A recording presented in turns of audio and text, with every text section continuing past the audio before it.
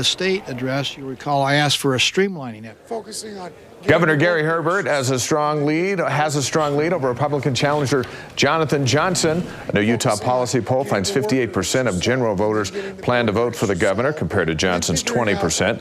22% of voters say they have not decided who to vote for. Governor Herbert's numbers got much higher among Republican voters. On the Democrat side, Vaughn Cook is currently leading Michael Weinholz 21% to 13%. The governor and Johnson squared off today in their one and only debate before the GOP convention. Political specialist Lad Egan's live at the Capitol with what they sparred over today, live on KSL News Radio. Lad?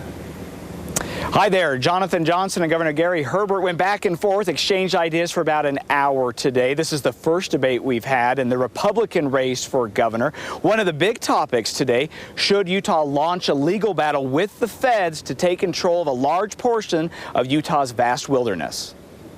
It's time that the state brings a lawsuit to transfer the land back to the state. Overstock.com chairman Jonathan Johnson telling this crowd of several hundred at the Little America Hotel that Utah needs to speed up the fight to take control of federal lands. I'm ready to bring that suit quickly when I'm the governor. Governor Gary Herbert fired back, saying Utah's congressional delegation is working on a solution and that a lawsuit won't be successful without a Republican in the White House. But it would be counterproductive and probably reckless if we filed a lawsuit to try to take these lands over now before we let the legislative process go forward. In terms of Utah's education system, the fellow Republicans disagreed on the role of the federal government. I think we need to get rid of Common Core. While the incumbent argued that even with Common Core, Utah still decides curriculum. And the outcomes are what's important about this whole issue. What are the outcomes? Are they good? They are very good. A pointed exchange over the Count My Vote legislative compromise happened near the end of the hour-long debate, with Johnson challenging Herbert. If the governor supports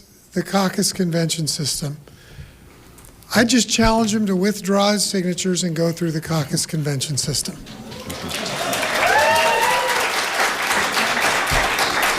Governor? Well, the hypocrisy of my opponent on this issue is startling. Again, his issue in the beginning when he announced he was going to run against me was we're going to get signatures. Again, changing your mind for some political whim is probably not statesmanlike. The main message from Johnson today, he wants Utah to have less reliance on the federal government. The main thrust of Herbert's message, he can tout Utah's strong economy and lots of jobs created under his tenure. The timing is very important here with this debate, with the Republican delegates choosing their gubernatorial candidate in less than 2 weeks at the state convention. Dave, a lot of rules changing this year, but the main takeaway, Governor Herbert needs to get 60% of those delegate votes in order to avoid a primary election in June. Back to you. Lad Egan live for us up on Capitol Hill. Thanks, Lad.